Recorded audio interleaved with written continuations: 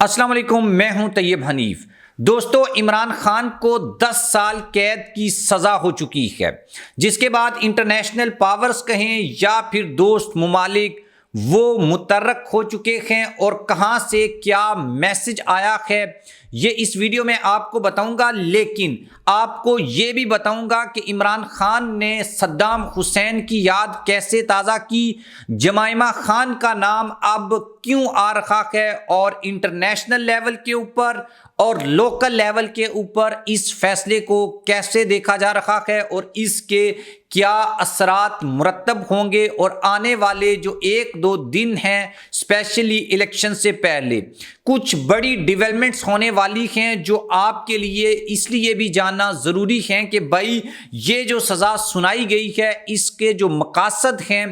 وہ کیا ہیں، اور پاکستان تحریک انصاف کو ٹریپ کرنے کی کوشش کیوں کی جا رہی ہے۔ آپ چینل کو سبسکرائب کر لیں، بیل آئیکن کو پریس کر لیں۔ جو لوگ ہمیں فیس بک کے اوپر دیکھتے ہیں وہ ویڈیو کو لائک اور شیئر ضرور کریں، اور اسپیشلی میں آپ سے یہ کہوں گا کہ ہمارا جو واٹس ایپ چینل ہے جس کا لنک ڈسکرپشن میں موجود ہے اس کو جوائن کریں، تاکہ ہمارے بیچ جو کمیونیکیشن گیپ ہے اس کو کم سے کم کیا جا سکے۔ سب سے پہلے تو میں آپ کو یہ بتاؤں گا کہ یہ جو سزا عمران خان کو سنائی گئی ہے اس کے اوپر انٹرنیشنل لیول کے اوپر اگر ہم دیکھیں یا لوکل لیول کے اوپر دیکھیں، اس کو کوئی بہت زیادہ پسند نہیں کیا جا رہا، اور اس کو آپ سیاسی انتقام یا پھر یعنی کہ انا پرستی یا عجبلت جلدی میں جو سنائی گئی سزا ہے یہی کہہ سکتے ہیں۔ اور یہ دلاور جج صاحب نے جو فیصلہ دیا تھا، جو ہائی کورٹ میں جا کر اڑ گیا تھا، یہ بالکل اسی طرح کا فیصلہ ہے۔ لیکن چونکہ یہ فیصلہ سنایا گیا ہے تو اب یہ سوال اٹھتا ہے کہ بھئی جب نواز شریف کو سزا سنائی گئی تھی اور جب ذوالفقار علی بھٹو کو سزا سنائی گئی تھی، اور پاکستان کے جو پاورفل سرکلز ہیں ان کے بارے میں یہ کہا جاتا ہے کہ وہ جب کسی سیاسی لیڈر کو سزا ہوتی ہے یا کوئی اس طرح کا معاملہ ہوتا ہے تو وہ اس کو یہ آپشنز دیتے ہیں کہ آپ ملک سے باہر چلے جائیں۔ اور جب سابق وزیر اعظم ذوالفقار علی بھٹو کو سزا دی گئی تھی تو اس وقت ٹرکی کے جو پرائم منسٹر تھے انہوں نے پاکستان کی اس وقت کی جو اسٹیبلشمنٹ تھی یا اس وقت کے جو چیف مارشل تھے ضیاء الحق ڈکٹیٹر، ان سے رابطہ کیا تھا، اور ذوالفقار علی بھٹو کے لیے ان کو چھوڑنے کے لیے یا ان کو ٹرکی لے جانے کے لیے انہوں نے مذاکرات شروع کیے گئے تھے، اور بھٹو صاحب سے یہ کہا گیا تھا کہ بھائی آپ ٹرکی آ جائیں، اور ٹرکی اس بات کی گارنٹی اٹھا رکھا تھا کہ بھٹو صاحب 10 سال جو ہیں وہ سیاست سے آؤٹ رہیں گے، پاکستان واپس نہیں آئیں گے، اور پاکستان کی پولیٹکس کے اوپر بھی کوئی کومنٹس نہیں کریں گے۔ لیکن ذوالفقار علی بھٹو صاحب نے یہ ڈیل لینے سے یا یہ مذاکرات کرنے سے انکار کر دیا گیا تھا، اور اس کے بعد ذوالفقار علی بھٹو صاحب کو ہینگ آؤٹ کر دیا گیا تھا، اور آج پاکستان کی سپریم کورٹ میں یہ کیس لگا ہوا ہے کہ بھٹو صاحب کی پھانسی صحیح ہوئی تھی یا غلط ہوئی تھی۔ پھر 99 میں مارشلہ لگا، مشرف جو ہے وہ اقتدار میں آ گئے اور نواز شریف کو اقتدار سے باہر نکال دیا گیا، تو پھر نواز شریف صاحب جو ہیں وہ لبنان کے جو وزیر اعظم تھے رفیق الحریری، انہوں نے پاکستان کے ڈکٹیٹر مشرف سے مذاکرات سٹارٹ کیے، اور ان مذاکرات کے نتیجے میں سعودی عرب روانہ کر دیا گیا، یا آپ یہ کہہ لیں جلا وطن کیا گیا نواز شریف کو اور ان کی پوری فیملی کو، اور وہ جو ڈیل ہے وہ ہوئی، اور یہ مشہور زمانہ ڈیل ہے، اور یہ بیسیکلی وہاں پر شاہی خاندان جو ہے السعود اس کے مہمان بنے۔ اب یہ سوال جو ہے وہ اٹھایا گیا ہے کہ بھئی کیا عمران خان صاحب کو بھی کوئی ایسی آفر ہے یا کسی ملک نے ابھی تک عمران خان کو رابطہ کیا ہے پاکستان کی اسٹیبلشمنٹ سے، پاکستان کے پاورفل سرکل سے، کہ بھئی عمران خان جو ہیں ان کو چھوڑ دیا جائے یا بیرون ممالک جانے کی جو آفر ہے وہ دی گئی ہے۔ تو ابھی تک حامد میر صاحب نے اس کے اوپر دعویٰ کیا ہے کہ بھئی ابھی تک کیونکہ عمران خان کے جو تعلقات ہیں اگر ٹرکی میں دیکھا جائے تو اس طرح سے نہیں ہیں. طیب اردگان جو ہیں وہ زیادہ کلوزنس ہے ان کی شریف خاندان کے ساتھ. چائنا سے بھی ایسا کوئی میسج نہیں ہے. لبنان تو آپ کو پتہ ہے وہ اس پوزیشن میں نہیں ہے. سعودی عرب کا جو کردار ہے وہ بڑا امپورٹنٹ ہوتا ہے اور سعودی ولی عہد شہزادہ محمد بن سلمان کو عمران خان کا بڑا کلوز جو ہے وہ فرینڈ بھی سمجھا جاتا ہے, کیونکہ عمران خان صاحب جب زمان پارک میں تھے تو انہوں نے بارہا دفعہ اس کا ذکر کیا تھا کہ سعودی ولی عہد کے ساتھ ان کی بات چیت ہوتی رہتی ہے, لیکن یقیناً جو ہے وہ ابھی جیل میں تو عمران خان کی بات نہیں ہوتی ہوگی. تو سعودی عرب کی جانب سے بھی ابھی تک کوئی ایسی آفر نہیں کروائی گئی. تو سوال یہ پیدا ہوتا ہے کہ کیا خان صاحب کو بھی یہ آپشن دیا گیا ہے یا خان صاحب کے پاس یہ آپشن موجود ہی نہیں ہے؟ ان کو سزاؤں کے اوپر سزا جو ہے وہ ہوتی جا رہی ہے, اور کیا عمران خان صاحب بھی ملک چھوڑ کر چلے جائیں گے؟ تو حامد میر نے بھی یہ بات بولی ہے, اور میں بھی یہ بات کہتا ہوں کہ بھائی عمران خان کبھی بھی, جہاں تک ہم عمران خان کو جانتے ہیں, عمران خان کو پڑھا, عمران خان کے بارے میں جانا, یا عمران خان کی جو شخصیت ہے وہ ضدی شخصیت ہے, اور عمران خان جو ہیں وہ کبھی بھی کوئی بھی ڈیل کر کے پاکستان سے باہر نہیں جائیں گے. وہ بارہا دفعہ اس بات کا اعادہ کر چکے ہیں کہ بھائی میں نے اسی ملک میں رہنا ہے, میں نے کسی صورت جو ہے وہ نہیں جانا. حالانکہ جو حسن نثار صاحب ہیں انہوں نے ایک بات بولی تھی کہ عمران خان اگر ملک میں رہتا ہے تو یہ بھٹو بن جائے گا, اور اگر باہر چلا گیا نیلسن منڈیلا بن جائے گا اگر جیل میں رہا, اور اگر جیل سے باہر چلا گیا اور واپس آیا تو یہ امام خمینی بن جائے گا. اور امام خمینی وہ شخص ہیں جنہوں نے جو انقلاب ایران جو ہے لائے تھے, اور وہ باہر تھے فرانس میں, اور وہ جب واپس آئے تھے تو وہاں کی جو پاورفل یا سرکلز تھے انہوں نے, یا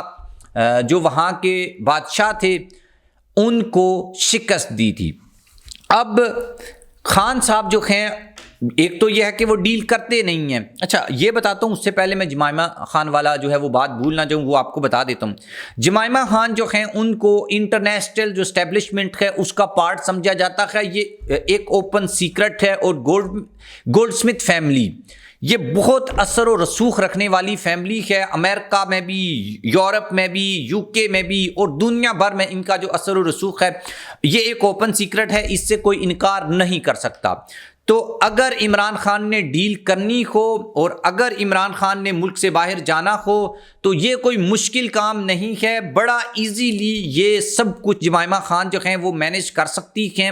لیکن عمران خان نے بھی قسم کھائی ہوئی ہے, اور وہ بڑے ضدی انسان ہے کہ انہوں نے اسی ملک میں رہنا ہے, یہیں مرنا ہے, یہیں جینا ہے, اور کیسز کا بھی مقابلہ کرنا ہے, ان کو فیس کرنا ہے. کچھ بھی ہو جائے وہ پاکستان چھوڑ کر جانے والے نہیں ہیں. اور یہ جو ان کی کمٹمنٹ ہے یہ کچھ لوگوں کے لیے بڑی درد سر بھی بنی ہوئی ہے. یہ سب سے آسان آپشن ہوتا ہے کہ بھائی آپ کسی لیڈر کو جب سزا ہو تو آپ اس کو یہ آپشن دیں اور وہ ملک سے چلا جائے. اور شاید عمران خان کو اس وجہ سے یہ آفر دی بھی نہیں گئی کہ آلریڈی لوگ جو ہیں وہ جانتے ہیں کہ عمران خان صاحب ذوالفقار علی بھٹو کی طرح اس طرح کی کسی بھی جو آفر ہے اس کو قبول نہیں کریں گے, اور وہ کبھی بھی وہ بھٹو بنیں گے, وہ نواز شریف کبھی بھی نہیں بنیں گے جو ڈیل کر کے بیماری کے بہانے لگا کر یا کچھ بھی ڈیل کر کے جو ہے وہ ملک سے چلے گئے. اور ایک دفعہ نہیں وہ کئی بار اس ملک سے گئے اور ڈیل کر کے دوبارہ جو ہیں وہ واپس آئے, اور اب بھی وہ ایک ڈیل کے نتیجے ہی میں واپس آئے ہیں. اچھا اب بات کرتے ہیں صدام حسین کی. صدام حسین صاحب کو جب سزا سنائی گئی تھی تو وہ ہنسے تھے اور اللہ اکبر کا نعرہ لگایا تھا, اور یہ بولا تھا کہ امت آخر یہ جنگ جیتے گی اور جو فلسطین ہے یہ عرب کا حصہ ہی رہے گا. ان کا بڑا کلیئر سٹانس تھا, اور عمران خان کو بھی یہ کوشش کی گئی کہ آپ اسرائیل کو تسلیم کریں. اب یہ اوپن سیکرٹ ہے, حامد میر نے اس کے اوپر بات کی اور کہا کہ عمران خان صاحب جو ہیں انہوں نے صاف انکار کر دیا. تو اب جو صدام حسین کی یہ ویڈیو